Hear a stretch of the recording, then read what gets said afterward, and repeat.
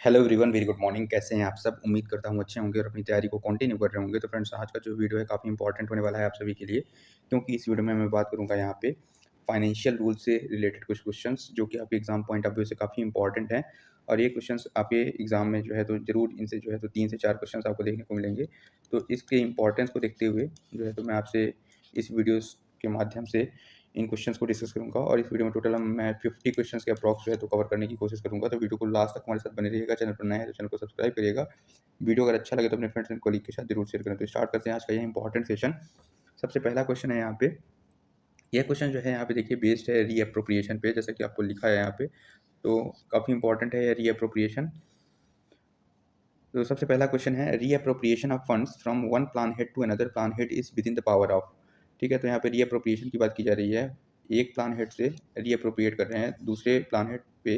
तो रीअप्रोप्रिएशन का सीधा मीन्स होता है दैट इज व्हाट रीडिस्ट्रीब्यूशन। ठीक है, reappropriation that means what redistribution. तो जब हम रीडिस्ट्रीब्यूशन एक प्लानेट से दूसरे प्लानेट में करते हैं तो इस केस में जो ये पावर है, यह पावर होती है रेलवे बोर्ड के पास। सो ऑप्शन नंबर डी इसका राइट आंसर हो जाएगा, that is what railway board.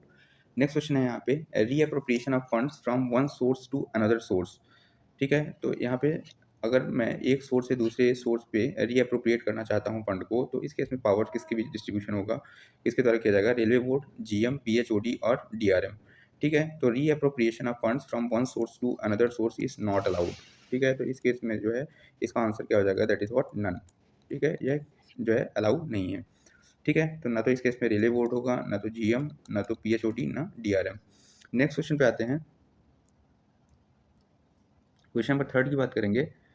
यहाँ बोला जा रहा है reappropriation of funds from one itemised work to another itemised work is within the power of.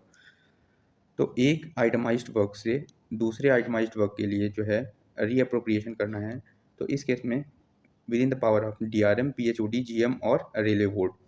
तो इसका आंसर हो जाएगा that is what railway board. So option number D इसका राइट आंसर हो जाएगा। Reappropriation of funds from under allocation EBR. EBR means what extra budgetary resources. ठीक है, extra budgetary resources, that is what EBR, from one itemized work to another itemized work of the same plan head. Okay, same plan head is within the power of railway board, GM, PHOD और DRM. तो इसका answer हो जाएगा that is what GM. So option B इसका right answer हो जाएगा। Next question पे आते हैं। क्वेश्चन नंबर 5 की बात करेंगे। Reappropriation of funds from a priority work, from a priority work to non priority work. तो यहाँ पे priority work to non priority work के अंदर जो है तो यहाँ पे रीअप्रोप्रिएशन किया जा रहा है फंड्स का, तो यह किसके पावर में आएगा? तो इसका आंसर हो जाएगा that is what railway board. Option number D that is what railway board. ये काफ़ी इंपॉर्टेंट क्वेश्चन है। ठीक है, reappropriation of funds from priority work to non priority work under the power of railway board. Next question पे आते हैं। Question number 6 की बात करेंगे। Which are the following is oblique और correct reappropriation sanctions at zonal levels. ठीक है, तो यहाँ पे जोनल लेवल पे हम बात कर रहे हैं रीअप्रोप्रिएशन के लिए। ओके, तो ऑप्शंस दिया है रिफ्लेक्टेड इन बजट वीपीएन। यहाँ वीपीएन का मतलब क्या होता है? That is what virtual private network. ठीक है, virtual private network, that is what VPN. So which are the following is correct reappropriations sanctioned at a zonal level are reflected in the budget VPN.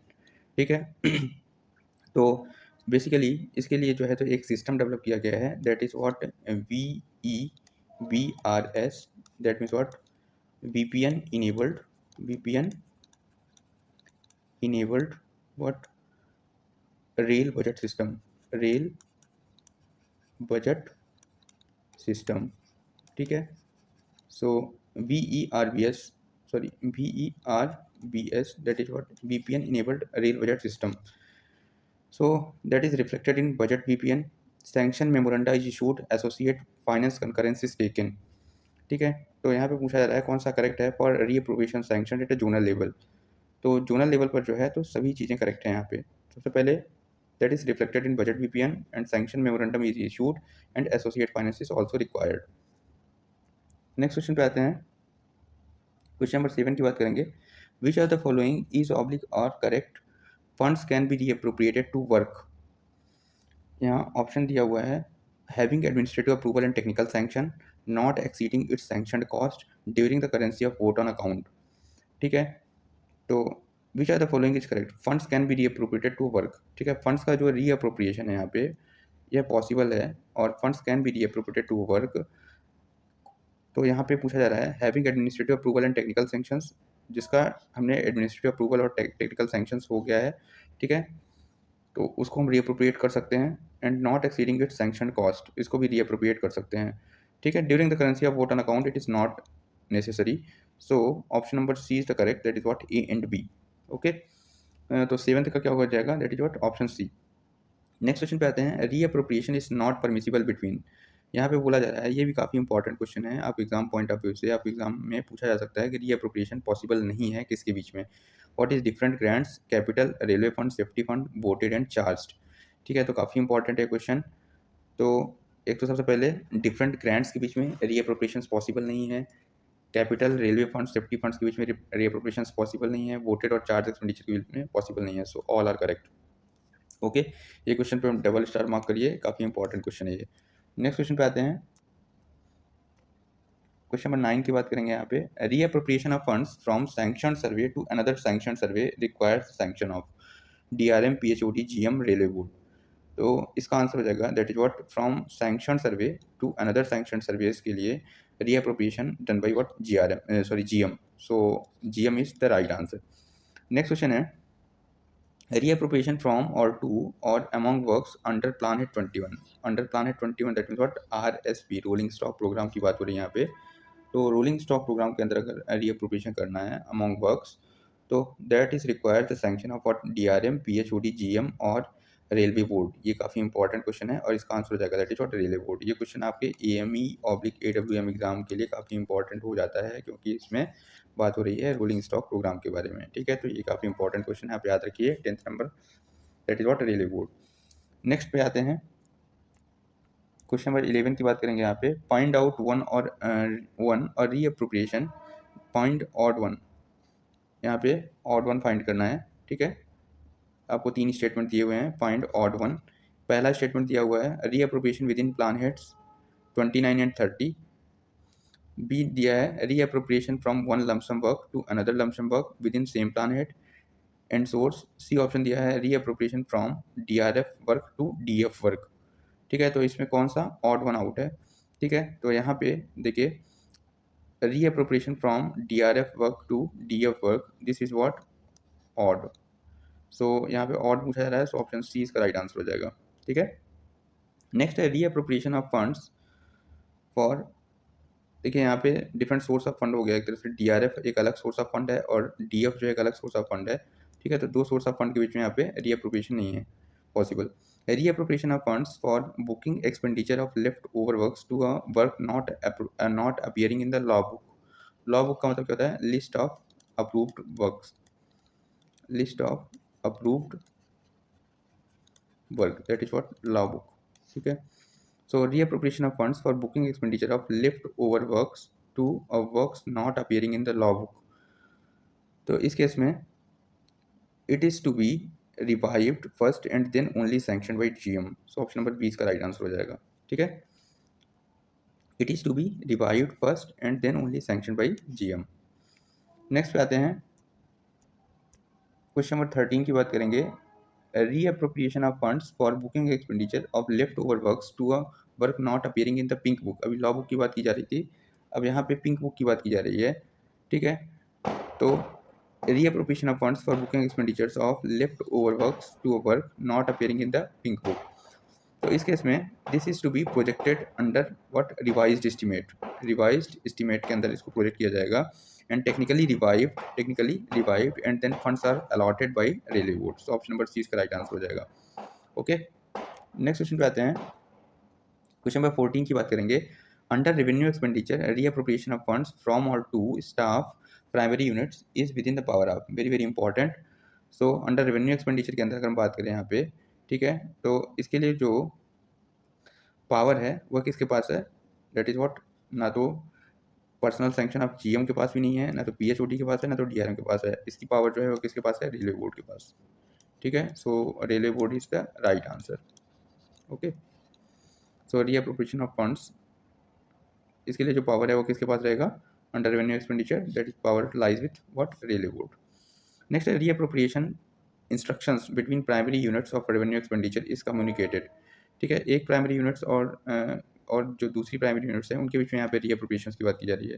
Suppose जैसे मैंने बोला कि PU27 है और PU28 है, ठीक है, इनके बीच में यहाँ पे रीअप्रोप्रिएशन की बात की जा रही है। तो इस केस में रीअप्रोप्रिएशन इंस्ट्रक्शंस जो हैं that is communicated what is along with the spending limit order by budget directorate. ठीक है, तो इसके लिए जो आपके इंस्ट्रक्शंस हैं, ठीक है, along with what spending limit order by budget directorate, इसके द्वारा कम्युनिकेट किए जाएंगे। नेक्स्ट क्वेश्चन है क्वेश्चन नंबर 16 की बात करेंगे यहाँ पे। Irregular reappropriations are reflected by audit in which annexures of the appropriations account, very very important questions. ठीक है, जो इरेगुलर reappropriations हैं यहाँ पे, जो अनियमित reappropriations हैं, that is reflected by the audit. ठीक है, उनको अप्रोप्रिएशन अकाउंट्स के कौन से एनेक्सर्स के अंदर जो है तो रिफ्लेक्ट किया जाता है, एनेक्सर HIJK। तो इसका आंसर हो जाएगा that is annexure I. So 16 का that is what B option correct है, दैट इज एनेक्सर आई के अंदर जो है आपका रिफ्लेक्शन होता है। क्वेश्चन नंबर 17 की बात करेंगे, which are the following is oblique और correct. Reappropriation is not a substitute for good budget practice. Large scale reappropriations are not prohibited. Reappropriations are best managerial tool for effective budget management. तो यहाँ पे अगर देखें तो reappropriation is not a substitute for good budget practices. ठीक है, this is key term, reappropriation is not a substitute for good budget practices. Large scale reappropriation are not prohibited. ठीक है, this is not correct. Reappropriations are best managerial tool for effective budget management. This is quite true. So option A and C are correct. That is not option D correct. ठीक है, A and C are correct. Okay, so 17 का क्या आ जाएगा, that is option D. Next question पे आते हैं, question number 18 की बात करेंगे। Which are the following is oblique or irregular reappropriations. वह कौन सा है जो कि एनेक्सर आई के अंदर हमने अभी देखा कि इरेगुलर एप्रोप्रिएशंस को रीअप्रोप्रिएशंस को शो किया जाता है। ठीक है, तो ऐसे कौन से एप्रोप्रिएशंस हैं या रीअप्रोप्रिएशंस हैं जो कि इरेगुलर हैं। ठीक है, तो यहाँ पे 3 रीअप्रोप्रिएशंस दिए हुए हैं। एक के अंदर लिखा है reappropriation of funds as a whole with the intention of restoring later. Next is safety fund to capital and a reappropriation of funds under revenue expenditure from PU27 to 28. Okay, so A only, A and B are correct, C only, and B and C are correct. So reappropriation of funds as a whole within the intention of restoring later and safety fund to capital fund. Okay, these are not, these are what irregular reappropriations. So option number B is correct होगा। ठीक है, this is what irregular reappropriations. Okay, next है reappropriation of funds in all plan heads from pink book itemized work provided the original outlay is not getting reduced below rupees 1 lakh। ठीक है, तो ये questions जो है तो लगभग इस समय के हिसाब से इट इज़ नॉट रेलेवेंट। ठीक है, तो इसको क्रॉस करते हैं, नेक्स्ट क्वेश्चन पे आते हैं। Question number 20. Which are the following is all correct? Reappropriation should not be done after RE/RG. Reappropriations may be done without relating with RE. Reappropriations may be carried out before end of financial year. ठीक है, तो reappropriations should not be done after RE. It is not true. Reappropriations may be done without relating to RE. So it is correct. Option B is correct. And reappropriation of funds may be carried out before end of financial year. It is also correct. So option D is the correct. That is what B and C are correct. Okay.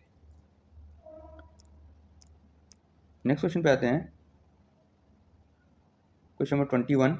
In respect of major projects valuing more than the prescribed limit, a memorandum is prepared and vetted by Railway Board Finance before sending to NITI Aayog for perusal of which authority। ठीक है, तो perusal का मतलब होता है अवलोकन करना।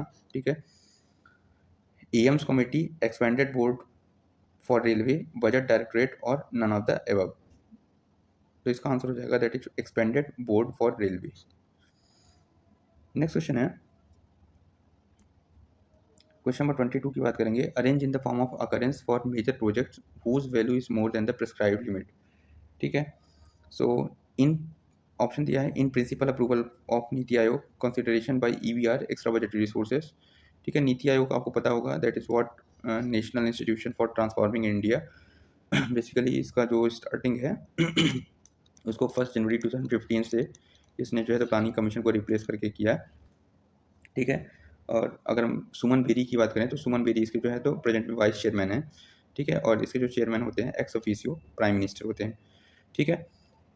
तो इसका जो आंसर हो जाएगा that is what option number A, B, A, C, D, ठीक है। कंसिडरेशन बाय ईबीआर सबसे पहले, then in principle approval of NITI Aayog, then CCEA approval that is cabinet committee on economic affairs approval होगा, फिर उसके बाद जो है तो उसको पिंक बुक में इंक्लूड कर लिया जाएगा, ठीक है। तो इस सीक्वेंस को फॉलो करेंगे, ऑप्शन ए इसका राइट आंसर हो जाएगा। नेक्स्ट क्वेश्चन पे आते हैं। क्वेश्चन नंबर 23 की बात करेंगे। Railway projects valuing more than the prescribed limits are considered by, देखिए ये लिख दिया इन्होंने इसका आंसर्स में, are considered by expanded board for railways EBR, that is what expanded board for railways before sending to NITI Aayog for in principle approval, EBR consists of the members from, ठीक है। जो एक्सटेंडेड बोर्ड फॉर रेलवेज है उसके अंदर के जो members हैं वो कहाँ से होते हैं? Railway board, NITI Aayog, ministry of programme implementation and statistics, ठीक है, मिनिस्ट्री ऑफ फाइनेंस। तो अगर बात करें यहाँ पे कि जो EBR के मेंबर हैं, तो EBR के मेंबर ये चारों मिनिस्ट्री से होते हैं, डिपार्टमेंट से होते हैं, दैट्स व्हाट रेलवे बोर्ड से होते हैं, नीति आयोग से होते हैं, MoSPI ministry of statistics and programme implementation है, दैट इज व्हाट मॉस्पी, ठीक है, ministry of statistics and programme implementation, and ministry of finance, that is what ministry of finance, ठीक है। तो इन सभी जगह से होते हैं, सो ऑप्शन नंबर डी इसका राइट आंसर हो जाएगा। नेक्स्ट है for inclusion in the pink book, projects valuing less than 20 crores are approved to process more than 20 crores works on file signified by which authority। तो इसका answer हो जाएगा that is what, that is by the additional members committee, ठीक है। AM committee का मतलब क्या हो गया यहाँ पे? Additional member committee. इसके रिकमेंडेशंस पर जो है तो एक तरह से इसको इंक्लूड किया जाता है। और एडिशनल मेंबर की बात करें तो एडिशनल मेंबर जो होते हैं वह HAG प्लस ग्रेड के होते हैं officers, that is what higher administrative grade plus, ठीक है। तो इसको भी आप याद रखिए यहाँ पे। क्वेश्चन नंबर 25 की बात करेंगे। Expenditure can be incurred on a project और वर्क अपॉन, तो एक्सपेंडिचर इनकर करने के लिए अगर मैं बात करूँ यहाँ पे तो sanction of the detail estimates for the work included in the pink book, ठीक है। तो sanction of the detail estimate for the work included in the pink book. Separation convention of 1924, ठीक है, ये काफ़ी इंपॉर्टेंट है। 1924 में जो है तो आपको पता होगा कि जनरल बजट और रेल बजट, ठीक है, इनका क्या हो गया था? सेपरेशन हो गया था। तो ये सेपरेशन किसके रिकमेंडेशन पर हुआ था? दैट इज व्हाट आकवर्थ कमेटी, आप सभी को पता होगा, ठीक है। नेक्स्ट क्वेश्चन पे आते हैं। Rail budget merged with the general budget, बहुत कॉमन सा क्वेश्चन है, काफ़ी इंपॉर्टेंट क्वेश्चन है ये, ठीक है। आपके एग्जाम पॉइंट ऑफ व्यू से भी जो है तो ये क्वेश्चन पूछा जा चुका है कई बार। तो यहाँ पे एक बार देख लेते हैं, रेल बजट का जो मर्जर किया गया था फ्रॉम विच फाइनेंशियल ईयर किया गया, तो आप सभी को पता है it is done by the financial year what 2017-18। So option number A इसका राइट आंसर हो जाएगा। ये मोस्ट इंपॉर्टेंट क्वेश्चन है, ठीक है, कई बार एग्जाम में आपसे पूछा जा चुका है। Find odd one out what capital DRF DF CF, तो कैपिटल इज व्हाट अलग है, ठीक है, DRF DF CF ये अलग है, ठीक है।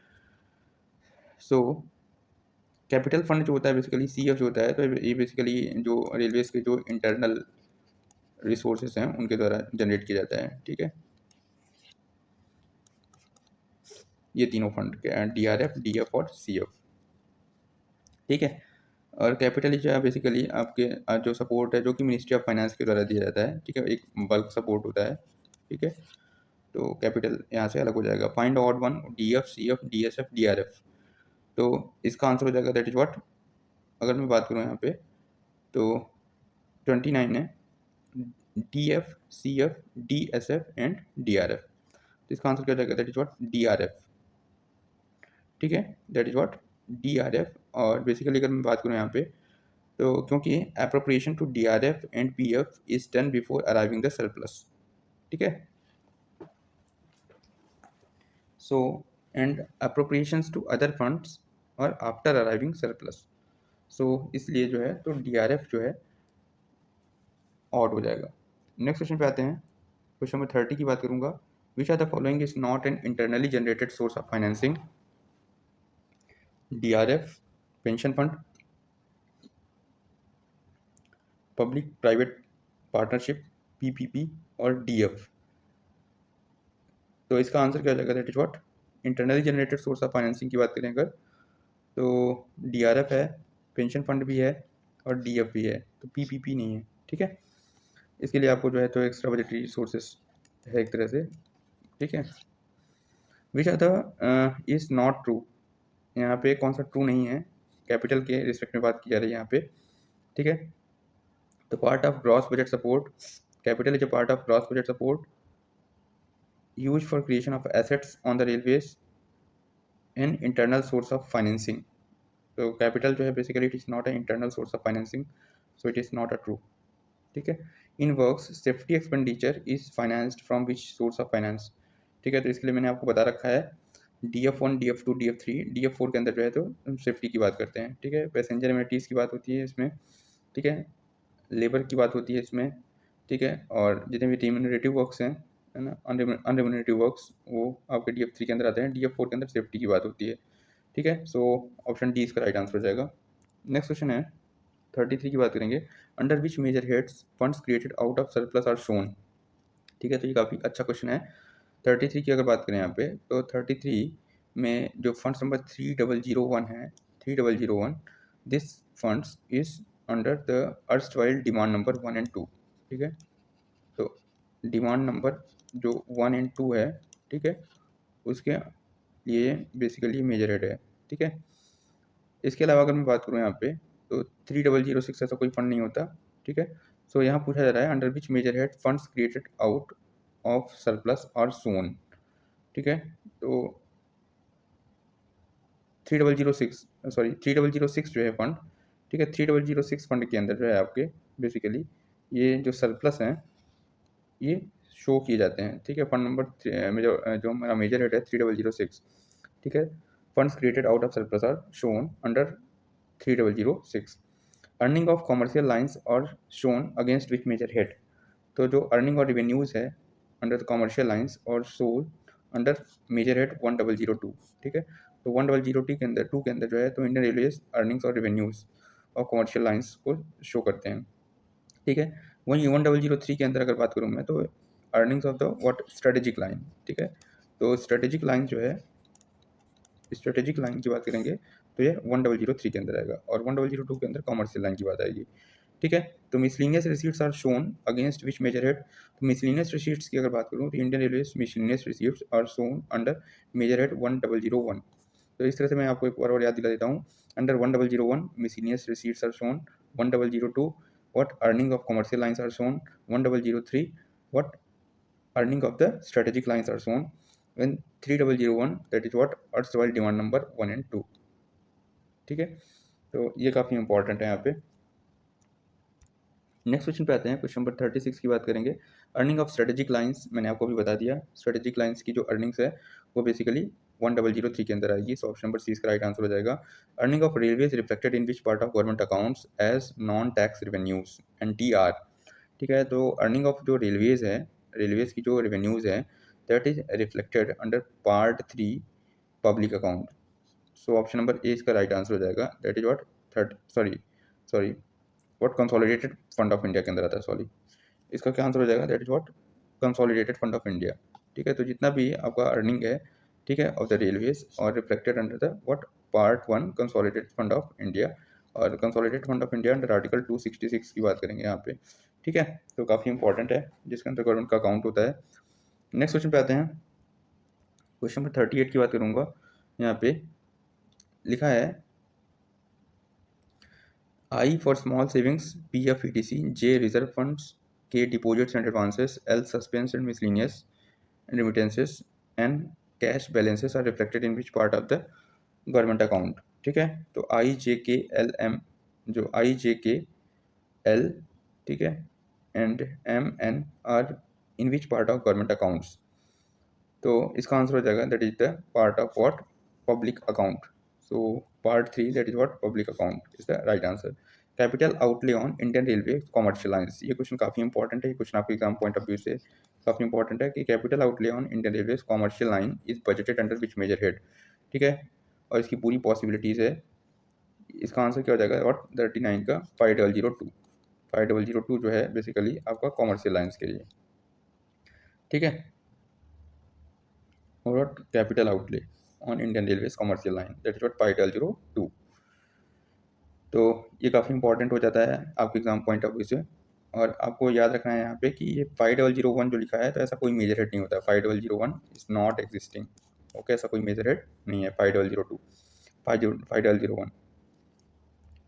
नेक्स्ट क्वेश्चन है, क्वेश्चन नंबर 40 की बात करेंगे। Railways revenue expenditure is budgeted under social service economic services transport segment in which part of government account और एक्सपेंडिचर साइड। तो it is under the part 1 consolidated fund of India. Indian Railways expenditure on policy formulation, direction, research and other miscellaneous organizations is budgeted under which measure head? अभी हमने इस question को review किया यहाँ पे, but 3001 के अंदर जो है तो आपके जो भी अर्थ डिमांड नंबर 1 एंड 2 है, डिमांड नंबर 1 एंड 2, ठीक है, तो उसको हम रिव्यू करते हैं यहाँ पे। तो 3001 is the right answer. Railway audit expenditure is budgeted under which major head? Very very important. Railways के जो ऑडिट एक्सपेंडिचर्स हैं उनको किस मेजर हेड के अंदर बजट किया जाता है, ठीक है। So they are budgeted under 3001, ठीक है, 3001। Please remember it, 3001 is very important. Next है expenditure on railways centralise training institutes. जो रेलवेज के जो सेंट्रलाइज ट्रेनिंग इंस्टीट्यूट्स हैं उनका जो बजट है वो कहाँ आएगा? तो इसका भी आंसर जो है दैट इज व्हाट अंडर 3001, ठीक है। तो मैंने आपको बता दिया अभी कि जो भी डिमांड नंबर 1 एंड 2 है, डिमांड नंबर 1 एंड 2 इनका जो बजट है एक्सपेंडिचर, तो that is budgeted under what major head 3001। इसके लिए जो मेजर हेड है दैट इज व्हाट 3001, यहाँ से बजट किया जाएगा। नेक्स्ट है question number 44, Indian railway revenue expenditure on commercial line is budgeted under. तो हमने अभी बात कर ली इसके बारे में, ठीक है। इंडियन रेलवे कॉमर्शियल लाइन्स की अगर बात करें रेवेन्यू एक्सपेंडिचर के अंदर, that are budgeted under what 3002, ठीक है। So this is what revenue expenditure, ठीक है, this is what revenue expenditure on commercial line is budgeted under major head 3002, okay. So 44 का क्या आ जाएगा? Option number C. नेक्स्ट है appropriation to fund from railway surplus is budgeted under which major head? Very very important, appropriation to fund from railway surplus is budgeted under 3006, okay. Next है railway expenditure of strategic lines on capital account, on capital account, ठीक है, is budgeted in transport segment under which measure head? So this is budgeted under what 5003। इसका मैं एक chart आपको जो है in future दे दूंगा, ठीक है। So railway expenditure of strategic lines on capital account is budgeted in what 5003। Next है क्वेश्चन नंबर 47 की बात करेंगे। How many demands for grants are allotted for ministry of railways after merger of railway budget with general budget? Very very important, ये question भी आपके exam point of view से काफ़ी important है। अगर मैं बात करूँ after the merger of budget, ठीक है, there are only one demand of particular demand of grant, ठीक है। और फॉर फाइनेंशियल ईयर 24-25 की बात करें अगर, तो इसके लिए जो डिमांड फॉर ग्रांट है, ठीक है, that is what demand number 85, demand number 85 that is dedicated for ministry of railways. Next question पे आते हैं, एनुअल फाइनेंशियल स्टेटमेंट्स की बात करेंगे। That is referred under article 112 clause 1 of the constitution of India is otherwise known as annual budget. आप सबको पता है, ठीक है, पूरी स्कीम जो है तो आप चिल्ला चिल्ला के बता दो। That is what annual budget, that is also called annual financial statement under article 112 clause 1, okay. Next question पे आते हैं, क्वेश्चन नंबर 49 की बात करेंगे। Which are the following constitute inventory budget of Indian railway under capital segment? So store budget, WMS that is what works of manufacturing suspense budget, और miscellaneous advance capital और works budget, ठीक है। तो इसका answer क्या हो जाएगा आपका? दैट इज व्हाट ABC, ठीक है। So budget of Indian railway under capital segment जो है तो स्टोर बजट आएगा, WMS बजट आएगा और मिसलिनियस एडवांस कैपिटल, ये तीनों आपको कैपिटल सेगमेंट्स के अंदर आएंगे, ठीक है। नेक्स्ट है percentage of working expenses to gross earning. So आपको पता होगा working expenses divide by gross earning is known as what operating ratio. So operating ratio is what working expenses to gross earning, ठीक है। So option number 20 का right answer हो जाएगा। एक तरह यहाँ पे देखिए TOR के बारे में बात की जा रही है, इन्वेंट्री टर्नओवर रेशियो। तो inventory turnover ratio is nothing but a ratio of what closing balance on as on 31 March, ठीक है। This is nothing but a closing balance as on 31 March, मतलब एंड ऑफ फाइनेंशियल ईयर जो होता है आपका, ठीक है। तो closing balance divide by what, total issues during the year. तो आपको याद रखना है 3 टाइम क्लोजिंग बैलेंस और टोटल इशूज़ क्या थे। ठीक है, CBTI that is what, closing balance as on 31st March and total issues during the complete financial year. So that is what ITOR, inventory turnover ratio. तो इस तरह से हमने टोटल 50 क्वेश्चन जो है तो काफ़ी स्पीडी वे में कवर किए। वीडियो आपको कैसा लगा? वीडियो अगर अच्छा लगा तो आपको अपने फ्रेंड्स एंड कलीग के साथ जरूर शेयर करें। Thanks for watching this video and have a nice day and best wishes friends. पढ़ते रहिए, हंसते रहिए।